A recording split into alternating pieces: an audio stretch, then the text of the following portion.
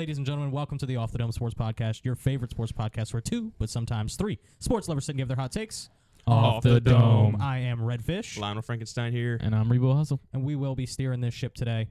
Before we get into our fantasy football wide receivers, make sure to like, comment, and subscribe here on YouTube, and check out our last two ranking videos where we did our top 10 fantasy football running backs and our top 10 quarterbacks. Make sure to follow us on X at @off_the_dome pod, where we just hit 100 followers. That is, doesn't sound like a lot, and, in the grand scheme of things, it's really not, but for us, it's something, considering we have a small little house where we record out of in Baton Rouge. We also are nearing up on 100 subscribers on YouTube, so help us get to that mark. Make sure to check out the No Network. That is KNEAUX, the only way to spell it. The No Network is the people we work with, and we absolutely love to work with them. High-quality content coming out of the No, whether it be on the website, the YouTube channel, Instagram Reels, whatever it is, the No is producing the highest quality stuff you'll find on Louisiana and national sports. So now that we've paid the bills, time to get into our top 10 fantasy football wide receivers. You can look at the list there and form your opinions now, but we're going to start at the top. Number one, I'll go ahead and talk about my guy, CeeDee Lamb. I was lucky enough to make a trade where I got CeeDee Lamb in my Dynasty League. Lucky enough. We should have vetoed that immediately. Lucky enough, I was able to make that trade, and I actually have 3 of our top 10 receivers here on that Dynasty team. So look at this guy. A beautiful league that is. But number one, CeeDee Lamb. I mean, you look at his season last year, number 1 in targets in the entire NFL, number 1 in catches in the entire NFL. And then when it comes to fantasy points per game, he was number 2 overall. So he made it work both in the league and for fantasy, which is something you won't always see. There's a lot of guys who are really good in the league who don't make it work on the fantasy side of football, and vice versa, where guys who are really good in fantasy just aren't working out on the field. So CeeDee Lamb is one of those guys who's making it work both ways. Had an absolutely fantastic season last year with Dak. Dak had one of his best years yet, probably his best year since his rookie season when he came in and took the league by storm. But yeah, CeeDee just dominated every defense he played. I think he finished with over 1,700 yards. Obviously led the league in catches, like I said. So if you're sitting on the board at pick 1, pick 2, pick 3, CeeDee Lamb is probably a guy you want to target. I know CMC is kind of the 101 overall, but if you're a wide receiver guy, not a big running back fan, then CeeDee Lamb's our number 1 dude. Yeah, I mean, not much else to really say there. He's a lock. But at number 2, Mr. Tyreek Hill, the speed freak. Dude has broken football and fantasy football. He's a cheat code. I don't care how much older he continues to get. Age is certainly a factor, but he's proven time and time again that he's reliable. He's going to break the game. I mean, he's drafted right now at wide receiver 2. That's why we've got him at 2. It just makes the most sense. He has a bulk of the opportunities in that Miami offense, and I don't see any really indication that that's going to change at all this season. It's going to be the Tyreek Hill show. Jaylen Waddle will play a really important part as the number 2. He'll still be valuable, but I don't think he'll encroach on Tyreek Hill's just dominance in fantasy football. Yeah, the thing with Tyreek Hill is the target share, like 33% you have up here. And it's like nobody in the league gets that much share, and especially out of a high-powered offense. Like they put up 70 last year. But yeah, it's the one thing that sets him apart from the field. And another guy that I believe is setting himself apart from the field every year that he takes the field, and that's Jamar Chase. I had the opportunity to play him in high school at Rummel. I thought that he was washed until his first season in the league. But yeah, I quickly changed my mind when he took the league by storm as a rookie with Joe Burrow. And the last time we saw Jamar Chase and Joe Burrow both have healthy seasons, he definitely finished as a top 5 receiver, and so that's why he deserves to be drafted like so. Yeah, not only did they work out for fantasy, but they worked out in real life too, because they ended up making the Super Bowl that year. I mean, Jamar Chase, the fact that you said you thought he was washed, that's only a Rebo Hustle take, to say a guy was washed after winning the Blitnikoff in college. But I mean, you remember his rookie year in the offseason and training camp preseason. Oh. It was all about he can't catch the ball because it doesn't have the white lines on it. It doesn't have the white lines on it, and it's too big. It's harder to see, and it's harder to catch. And then just break fantasy football. And then he came out and was like the wide receiver 3 or whatever. I mean, when Jamar Chase is healthy and Joe Burrow's healthy, like you mentioned, that is a big piece into that Bengals offense. It's relatively impossible to stop Jamar. I mean, he had that 5 touchdown game last year, like 240 yards and 5 touchdowns or something. I mean, he is. I mean, yes, he does have his down games, but his booms are so high that it'll automatically project him up the board like that. Moving on from a boom or bust guy like Jamar Chase to arguably the most consistent player on this board, and that's Amari St Brown, a guy for my Detroit Lions. Saints fan first, but Lions always have a special place in my heart.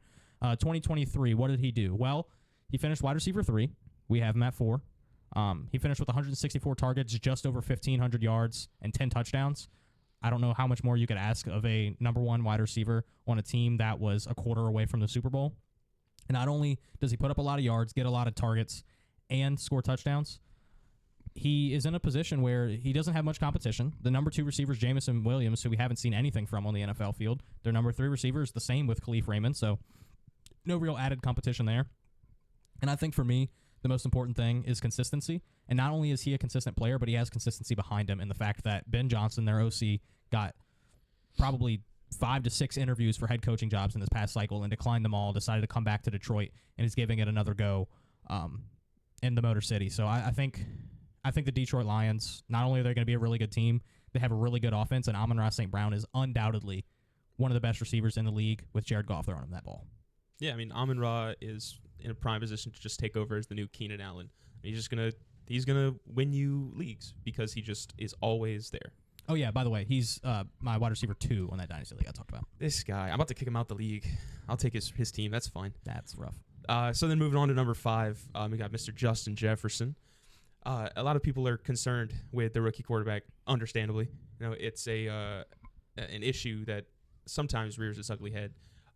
Justin Jefferson is a part of an elite crew that breaks that mold. If you have a pulse and enjoy fantasy football, you probably listen to the Fantasy Footballers podcast. They're great show. Check it out if you don't know. But they did some research earlier this offseason after the Vikings took J.J. McCarthy this NFL draft. And they found out that the elite wide receivers are the ones who are able to carry the rookie quarterback. So typically the lesser valued receivers in an offense are going to struggle more when a rookie quarterback steps in. But they looked at Keenan Allen during Justin Herbert's record-breaking rookie season, and he performed. It was one of his career years. He was incredible. So I think we're going to see a similar situation for Justin Jefferson. And, I mean, honestly, any of these guys in the top 5 could finish as the number 1 wide receiver. Absolutely. When you're talking about a top 5 or top 10 when it comes to fantasy football, especially at receiver, you really got to find ways to split hairs. So that having the rookie quarterback knocks Justin Jefferson down a little bit, but in the time that he was on the field last year, he did miss 7 games, but while on the field, he still showed that no matter the quarterback, he was still going to ball out. I mean, we had the Joshua Dobbs experience. That might have been in the time. Was that in the time when Jettis was missing? I think he played maybe 1 game with them. Who finished the season for the Vikings? Jaron Hall, I believe. That BYU would rookie. be the name. And Justin Jefferson still finished, I think, top 7 in a couple of those weeks. So I am not really concerned with Justin Jefferson sharing the field with J.J. McCarthy. Yeah. Yeah, our top 5 is kind of the standard for the wide receiver. In our past videos, quarterback kind of was set. There's going to be a clear top 2, and then the rest kind of fall. Running back, there's a clear 1. Everybody kind of falls behind them, whereas these 5 can kind of finish wherever. And so this is where my tier break would be at least. I would agree. Yeah, that's fair. But to move on to a guy that was amazing last year, had 6+ 100 yards games in a row, and then finished top 15 8 games out of the 17 last year, and that's A.J. Brown. The one consistent piece that I'm sure of on the Eagles offense, whereas the running back with Saquon Barkley and the quarterback with Jalen Hurts kind of hurt each other as far as running the ball goes. Jalen Hurts is still going to throw the ball, and A.J. Brown is still the best receiver in the room. And if he could do it like that last year, there's not much that changes the offense to where they're not going to throw him the ball.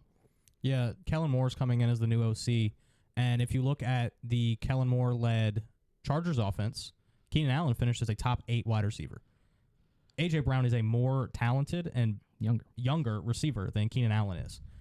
In my opinion, that means A.J. Brown should perform just as well, if not better, than Keenan Allen did. Although they are very different receivers, Keenan Allen more of that vertical stretch, longer, 6'4" guy, going to get a lot of targets. A.J. Brown's more of the yards after catch kind of guy because he's built more like a running back than he is a receiver.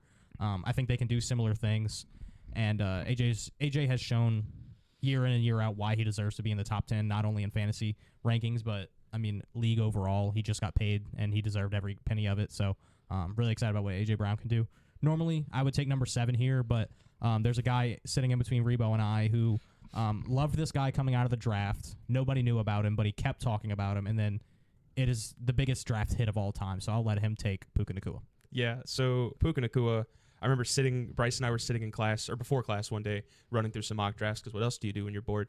Yep. And I think that was the 6th round came along, and I was drafting for the Saints, and this Puka Nacua guy, Puka Nacau, we didn't even know how to say his name. Puka Nacua was how we said it for a couple weeks. And we took him, and I did some looking into this guy, and yeah, he showed everything that I was hoping to see on the NFL field last season. And the only real concern, in my opinion, is the presence of a healthy Cooper Kupp. But can we really count on a healthy Cooper Kupp, who has missed time due to nagging injuries the last 2 seasons in the league? Puka Nacua has such a massive. Oh yeah, you want to hop in? Go ahead. Here we go. Go ahead. Seems like some opinions are. I'm just not as high on Puka Nacua as the two of you are. I know Bryce isn't completely in, but Adam, you are absolutely in. Yeah, I think we're 3 different levels of Puka. I mean, you have him at number 7, right? Like in your rankings, your personal rankings. Yes. You have him at number 7. I think I would have him closer to the 10 range, and then you probably 12 to 15. Yeah. Somewhere in there. So we're all 3 different levels of Puka, but when we do these rankings, it's consensus. Yeah. We put all 3 of them together, give them each points, and then whatever comes out comes out. So Puka ended up at number 7 on our consensus board, but I just chose to go full Puka. Yeah, I mean, like, great talent. Nothing against the guy. I just think Cooper Kupp, last time we saw him healthy, was Super Bowl MVP. He played a couple games last year, but he himself said that he was not 100%. And going into OTAs this year, he says he is 100%. And I just can't see a world that the touchdowns or the yardage that Cooper Kupp is able to obtain doesn't hurt Puka more this year than it did last year. And if he finished wide receiver 7 last year, I can't see him finishing higher. Yeah, I mean, but you mentioned that the last time we saw a healthy Cooper Kupp was the Super Bowl. It was 3 years ago at this point. So now he's entering his age 31 season, I believe, or is it age 30? Regardless, he's at the age that wide receivers begin to hit a bit of a cliff. Now his game does translate. Like it'll translate well for fantasy football. But I think due to the nagging injuries over the last couple of years, I wonder if we're even going to see a fully healthy Cooper Kupp. And in that case, I mean, Puka Nacua had a 28.7% target share last season for the Rams. And we talk about Tyreek Hill at just under 34%, leading the league. It's not too far off from Puka's 28.7. I think having that large of a share of the offense is going to be massive for Puka Nacua's fantasy outlook. We're just a year and a half removed from Cooper Kupp being dominant, though. He went down with an injury halfway through, not this past season, but the one before. And he was dominant before then. That's fair. We'll see. I mean, it's been really troubling injuries for a receiver, right? He's had an ankle injury, didn't he? Was it something lower leg? Probably. I think it was ankle. Yeah. So I mean, and especially at his age, I don't know if we see a dominant Cooper Kupp again. I'd love to because he's on my dynasty team. So maybe we get one more hoorah, but we'll see. Yeah, it's definitely fair. I mean, you're betting on the upside with Puka Nacua for sure, and so to follow him up, just as much of a guy that you need to bet on upside, and that's Garrett Wilson. A guy that we haven't seen play with a, frankly, decent quarterback in his entire career. Been stuck into the hip of Zach Wilson. Has been okay, finishing maybe in the top 20 as a receiver. But he's shown flashes, was able to win Offensive Rookie of the Year 2 years ago. And so I'm just going to continue to bet on Garrett Wilson until he proves me wrong. Or if Aaron Rodgers gets hurt again, I don't know what to do. Yeah, I mean, you betting on Garrett Wilson at 8 is really betting on Aaron Rodgers to be healthy, because we saw last season when there's no quarterback that can get Garrett Wilson the ball the way he's supposed to be integrated into that offense, he's not going to be able to perform for your fantasy team. And although we know he's super talented and won Offensive Rookie of the Year, that doesn't guarantee a great fantasy outlook if there's nobody who can get the ball in his hands. That is the one thing that's different this year for the Jets. If Aaron Rodgers does miraculously get hurt, Tyrod Taylor is a suitable quarterback. He's definitely the best quarterback that Garrett Wilson has played with in his career. Oh, 100%. Yeah, I would take Tyrod Taylor over any of Tim Boyle. Would you do that? Mike White. Mike White. 98-year-old Joe Flacco. Yeah. Garrett Wilson's been through the mud, man. Hey, Garrett Wilson won Offensive Rookie of the Year with Joe Flacco. That's all I'm saying. It was a little bit more Garrett Wilson than it was 304-year-old Joe Flacco. So if you look at picks 1 through 8, that's pretty much chalk of what you see ADP-wise. This is the first guy we have that doesn't necessarily fit into that chalk category. And you can call us homers all you want because obviously we are Saints fan in this household. You see the flag right there. But at 9 we have Chris Olave. So let's explain the Chris Olave. His ADP right now is probably, if I had to guess, wide receiver 12, wide receiver 13. So we're not ridiculously high on him based on where he's at. But there's some things you have to consider when you look at Chris Olave. First of all, they bring in a new OC. Moving on from Pete Carmichael. Yeah. A little bit late from our boy in the back, but it's okay. I'm learning. It'll get better. But yeah, moving on from Pete Carmichael and that old time offense that's been run since 2006, moving into more of a modern offense that utilizes pre-snap motion, using wide receivers out of the backfield, running rub routes, natural screens, all that kind of stuff the 49ers utilize, and that's what Clint Kubiak I think is going to bring to the Saints offense. We've seen clips of it here and there on social media through mandatory and voluntary OTAs, rookie minicamp. He's really utilizing players in ways they've never been utilized before, and I think that's really important, is the utilization and manufacturing touches for Chris Olave. If you look at their stats through 2 years, Olave and Garrett Wilson are pretty much neck and neck in everything. Whether it be targets, receptions, yards, touchdowns, they're pretty much right next to each other, and Olave's beating him out in some stuff. So the fact that Wilson's always, viewed as head and shoulders above Chris Olave kind of blows my mind. I think they're basically, neck and neck when it comes to talent and what they've done in the NFL so far, and they were also in the same room at Ohio State and have done very similar things. So I'm excited for what Chris Olave can do this season with the New Orleans Saints. Derek Carr seems a lot more confident in his own play and more confident in the offense and the team. So if we can get Derek Carr back to that 2016 MVP level quarterback, which I know that's 8 years ago, so you can't really compare. But if we can get Derek Carr back to a comfortable position where he can complete 65% of his passes and throw for 4,000 yards and 30 touchdowns, Chris Olave is going to be a top 10 receiver in that scenario. So let's hope Clint Kubiak can turn this offense around and get Chris Olave into the top 10. Yeah, I'm really excited as a Saints fan to see what Olave does. I think he breaks into that elite crew this season. I'm a little less excited to see the potential of Drake London as a Saints fan because I think he's going to have a really, really nice season. There's a reason we have him ranked here at 10. I mean, major upgrade at quarterback as long as Captain Kirk is healthy and good to go. Because I don't even know who is the backup. Michael Penix, but he's recovering from an injury, right? Is he not? No, I think he's healthy and ready to go. Okay, well then that would be real crazy if we start the season with Michael Penix under center, but all signs are pointing to Captain Kirk being there. And Drake London has never had a quarterback. So you give him one that has shown that he can create an alpha, and I think Drake London takes that leap into that next step this season. Yeah, you look at 8, 9, and 10. They were the first 3 wide receivers off the board in the 2022 draft. And you look at Puka Nacua, who was a rookie last season, Jamar Chase and Justin Jefferson, Amon-Ra, all drafted in 2020, 2021. So this is a lot of young guys. CeeDee Lamb, same draft as Justin Jefferson. So a lot of young guys are making their mark on the wide receiver room. And I think the coolest part about this wide receiver ranking is that you might see 7 or 8 of these guys repeat year after year after year on this top 10 list because we're kind of getting into a new era in the NFL as far as wide receivers go. As in our past episodes, we're going to do sleepers and overrated players, we think. Guys we would not buy stock in at their ADP or guys who we think should be going a lot higher than they are. Normally we start with the sleepers, but I want to start with the overrated because there's a guy here who I think most people are expecting on a top 10 list. His ADP is going at wide receiver 9. Everyone's expecting him to be a top 10 receiver like he's been for the past 6-7 years, and we do not have him here. In fact, if we continued our top 15, I don't even know if he'd make that list, and that's Devonte Adams. Hard to say that you wouldn't put Devonte Adams in your top 15 wide receivers because if you said that 3 years ago, everyone would call you nuts. He was on the best offense of his life, working with an MVP quarterback, and had like 1,600 yards and 15 touchdowns. Absolutely dominating the league, both in fantasy football and on the NFL football field. But he took a step back last season, although he was still relevant for fantasy. I'm not saying he was horrible. Just because he's dominating target share last year. Yeah, he had a huge target share, but the quarterback situation is really what's drawing me off of Devonte Adams. And not only that, but he's hitting that same age wall that we're seeing Cooper Kupp hit with Puka Nacua, like we talked about earlier. So, we have those elite wide receivers who are getting older, and although Tyreek's kind of around that same age mark, he hasn't shown any signs of slowing down.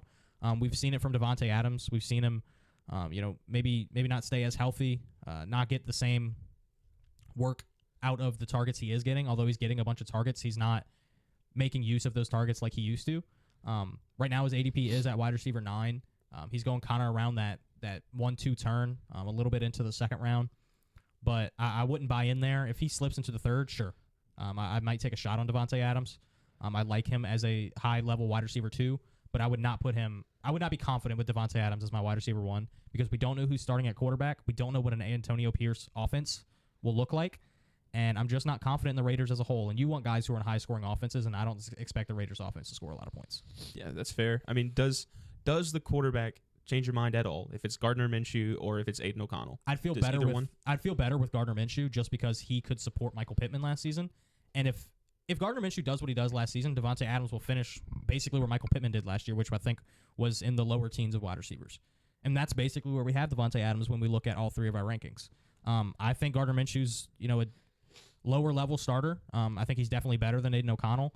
He was a guy who I loved his first year in Jacksonville. I mean, I dressed up like him for Halloween, so I love me some garden mushroom. But, yeah, I mean, I don't trust Aiden O'Connell at all. He was a fifth-round quarterback for a reason. Yeah, no, that's fair. I wonder if with Aiden O'Connell, though, he would just chuck it up and we get, like, the Jameis Winston experience. He just launches it, lets Devontae go up and get it. I don't know. That's just not his game. Like that would make sense for, like, Jacoby Myers having a good season. Something I forgot to mention that. Jacoby Myers was also on my dynasty team. He finished as wide receiver 24. So Jacoby Myers had a pretty decent season last year. But I don't know, man. I just don't trust the Raiders. And when you look at that team as a whole, I don't see a vision where that team contributes a lot for fantasy football. I might win some 3-0 games, but that's about it. Yeah, we'll see what the Raiders have in store. I'm gonna go with the Devonta. See what we did there, Smith. So Devonta Smith has shown on the field that he can be incredibly productive. However, most of that production comes when either A.J. Brown or Dallas Goedert or some combo of the two misses time. You can't just bank on somebody missing time unless they've shown a long track record of that. Now, as far as I understand, A.J. Brown at least has not. Dallas Goedert maybe. A.J. Brown has not had a long track record of major injuries. With that being said, it is possible for a team to support multiple top 24 receivers. We see it every year almost. Mm-hmm. This is a great example. Devonta Smith and A.J. Brown, they've done it before. T. Higgins and Jamar Chase, they've done it before multiple times. My concern with Devonta Smith is that he's drafted at wide receiver 19. And on top of having a anticipated healthy offense with Dallas Goedert and A.J. Brown, they add in Saquon Barkley. So now you've got Saquon, who's a more capable runner than, I don't remember who was back there. DeAndre Swift. Yeah, more capable than DeAndre Swift. I would agree. Plus, of course, Jalen Hurts is going to get his. So there's just a lot of mouths to feed in this fantasy football offense. And to be drafted at a wide receiver 19, there's other players around that spot I would be more willing to take a gamble on. Yeah, I would agree. Okay, I was double-checking Devonta Smith's draft class. And that's why I'm kind of out on him, but still a little bit in on our 8, 9, 10 of Wilson, Olave, London. This is those guys' prove it year. If they can prove that they are top 10 ready fantasy wide receivers this year, I'm in. But if they can't, I'm probably completely out next year. And that's how I feel about Devonta Smith this year, and that's also how I feel about Jaylen Waddle, my other overrated player. What a transition. That was incredible. Jaylen Waddle also in Devonta Smith's draft class. Also kind of hesitant in the production department, especially with the arrival of Tyreek Hill. Yeah, we know he's a flyer, but can he support your fantasy team as a wide receiver 1 if you went double running back or something like that? I don't think so. He's not consistent. He's the most boomer bust player, I think, that is draftable as a starter, and I just can't take that risk. Yeah, and it's weird because we co-manage a team, and you are on the side that Jaylen Waddle is overrated, and I really like Jaylen Waddle this season. I think he is going to have a bounce-back year. He missed a lot of time last season and still finished pretty decent in fantasy rankings last season. And my thing for Jaylen Waddle is we know that Dolphins offense is going to score points.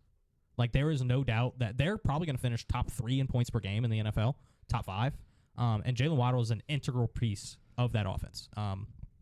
You cannot plug and play a guy into Jaylen Waddle's role, in my opinion. I know you disagree, but I don't think you can. Because we saw games where Jaylen Waddle missed. We saw games where Tyreek Hill was hopping, and the Dolphins offense struggled mightily. You think about games like against the Cowboys where they scored less than 20 points, still won the game, but that's two high-scoring offenses who were missing key pieces.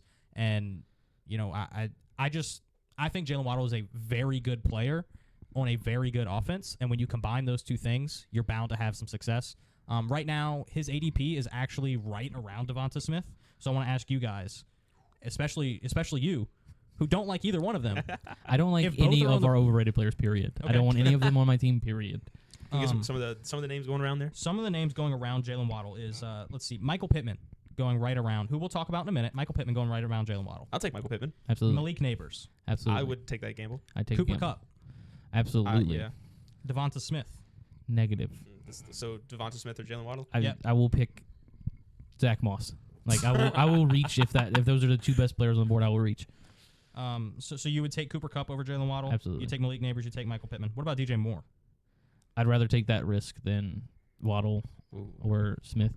And that's one thing that we aren't going to talk about is who the hell is catching the ball for Chicago? Because Everybody. I think they're all They catching can't the all ball, do so it. they're all catching the ball, so none of them are good options. Yeah. DJ Moore's going to have 60 receptions. Keenan Allen's going to have 70 receptions. Cole Kmet's going to have 50. Rome Odunze's going to have 50.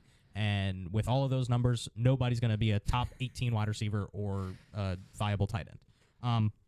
Last couple names, just to get your idea on where you have Jaylen Waddle. Zay Flowers.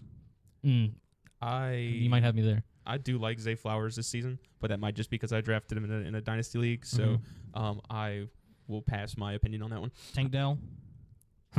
You know how I feel. I know you feel. Tank Dell or Jaylen Waddle. I think I'm in on Tank Dell. And over then Jaylen Waddle. last two, Keenan Allen Jaylen Waddle. and T. Higgins. I'm taking T. Higgins. Oh. Okay. So I'm definitely the highest on Jaylen Waddle out of all of us. I know he's your overrated player, but I like him a lot. I think he's going to be very good. I wouldn't necessarily want him as my wide receiver one, but I think he's about as close as a wide receiver one can get at your wide receiver two position, if that makes sense. That's kind of how I feel about T. Higgins. Fair. But let's go into our sleepers. If Jaylen Waddle wasn't my guy, so is this guy, DK Metcalf. Every single year, it feels like people overlook DK Metcalf, and every single year he proves them wrong, and then we keep making the same mistake of not giving him the flowers that he deserves. I mean, let's look at Seattle right now. Geno Smith took a step back last season, but they bring in Sam Howell, a guy who threw for 8,000 yards and 8,000 picks last season. But Seattle's offense is transitioning from, what was his name? Shane Waldron, who goes to Chicago, who's more of a run-first guy, to Ryan Grubb, who was the OC at the University of Washington, who is used to 3 wide receiver sets and getting it to a big-bodied, physical, touchdown-catching receiver in Rome Odunze. If you asked me to give you a mold of Rome Odunze, it's DK Metcalf light. And I think DK Metcalf is better than Rome Odunze. If you're telling me we can put DK Metcalf in that Washington offense, imagine what he would have done with Michael Penix last season. That's insane to me. Well, because DK's a man. Yeah, DK is the But I man mean, of mans. We're talking Donkey Kong faster, Metcalf, he's bigger. baby. Like that's the difference. He's bigger, faster, stronger. That's the point you're trying to make. Yeah. Not necessarily like DK right now compared to Right. Rome right now. Right. You're talking about even in college, DK was a massive human that body being. type in that system with that quarterback. I mean, I think DK is a very special player. I think he has improved drastically from where he was at draft time to who he is now. When he was drafted, everybody thought he could not run a route to save his life. Now he's got a lot of suddenness to him. He's got a lot of quickness. And, you watch those fade routes in the end zone, slant routes like Michael Thomas made famous, or even, out routes on the sideline. DK Metcalf can make those plays. I think he's a really good player. I think he's going to transition well into this offense. And not only that, but he has Tyler Lockett and JSN to take some pressure off of him. So he can stretch the field vertically. He can get those touchdown targets with smaller, those smaller receivers aren't going to get the touchdown targets. You're going to throw it to 6'4" DK Metcalf. So give me DK Metcalf as my sleeper. Right now, in ADP, let me pull up where he's going, just so I don't get anything wrong. 1, 2, 3, 4, 5, 6, 7, 8, 9, 10, 11, 12, 13, 14, 15, 16, 17, 18, 19, 20, 1, 2, 3. He's going at wide receiver 24 in ADP. He's going after guys like Devonta Smith, Cooper Kupp, Jaylen Waddle, Malik Neighbors, DJ Moore. I would take him over all those guys easily. I would take him at the front of the 3rd round. I would be very comfortable with DK Metcalf as my lower end wide receiver 1, higher end wide receiver 2. I could even see him sneaking into our top 10 list by the end of the season. Yeah, that's fair. I think the rest of the Seattle receiver room, obviously the other two, Tyler Lockett and JSN, are also a pretty solid value because I've seen them late in drafts. So I mean, if you can you just talked about how Grubbs had success with three wide receivers. They were all proved decent on the field. And I think you can see the same thing in Seattle. But I'll move on to my sleeper, my underrated guy, Mr. Michael Pittman. This might be the biggest of guys for Bryce. This is the myest of guys for Redfish over here. Fun fact about Michael Pittman: he was in the same draft class as Justin Jefferson, Brandon Ayuk, and Henry Ruggs. I had him as my wide receiver 3 in that class, behind Justin Jefferson and Brandon Ayuk. Smart move. Good pull for me. Very smart move. You weren't big on Rager? I think I remember saying Rager shouldn't be drafted because I hate that mold of receiver. But yeah, Michael Pittman is a my guy. Has been since the second he got drafted. He went back to back in the second round with T. Higgins. T. Higgins went with the first pick of the second round. Pittman went the second, and I bought his rookie auto the second I found one on eBay for like $20. It's probably worth over double that now. So big Michael Pittman guy. Yeah, I've been in on Michael Pittman since you got on the train. So yeah, I think he's due for a really nice season with Anthony Richardson coming back into the fold. They spent like 3.5 games together at the beginning of last season. It wasn't the best for Michael Pittman. And this is a real great way on selling my guy, But I kind of attribute that to he's a rookie quarterback thrown into the fire in the first 3 games of the season. Then he gets hurt, and he's done for the season. We don't see him again. Bless you. So during that time, Michael Pittman caught 22 catches for 220 yards and a touchdown. That's not game breaking at all in those 3.5 games. Again, rookie quarterback, but during that time he got 35 targets in the first 3 games. I think that's incredible. That's an incredible pace. After Anthony Richardson goes down, throughout the rest of the season, Michael Pittman saw a 30.5% target share. Round that to 31. We had Tyreek Hill at 34 leading the league. If you're getting that kind of volume from a quarterback that I believe is a major upgrade over Gardner Minshew, then I think the sky's the limit for Michael Pittman. I think he's going around wide receiver 24, wide receiver 25, the same range as DK Metcalf. He's a guy that I think can jump into the wide receiver 1 territory by the time this time next season. Yeah, I mean, I looked up the Colts depth chart just because Anthony Richardson, his play style, he's going to get banged up. It's possible he misses at least a game this year. And yeah, they have Joe Flacco, who proved that he can still be an NFL quarterback, and so that pays huge dividends to Michael Pittman, and that even if Anthony Richardson misses a little bit of time, Michael Pittman has a chance. My sleeper this year was honestly my sleeper last year. True. And was maybe the biggest call of my life. It was absolutely the biggest call. And not only that, but we tried so hard to get him on our team and we couldn't do it. We wanted him so bad. Yeah, that was upsetting. So going into last year, this guy had a terrible quarterback situation and just had many contested catches that ended in completions off of a terrible quarterback, which meant when C.J. Stroud came into town for the Houston Texans, Nico Collins was bound for greatness.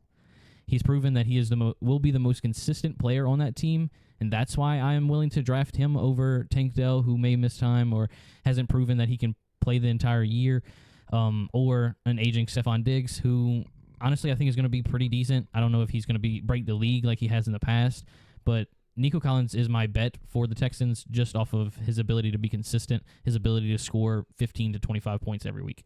That, and they just gave him the bag. So you don't do that unless you've really got your faith, trust, and pixie dust in your guy, Yeah, I mean, he had a huge breakout in year 3. So Nico Collins is still a young player. Not only did he just get the bag, but the rapport that you could see he has with C.J. Stroud is undeniable. They have invested a lot into Nico. They've invested a lot into Tank Dell, and they traded for Stephon Diggs.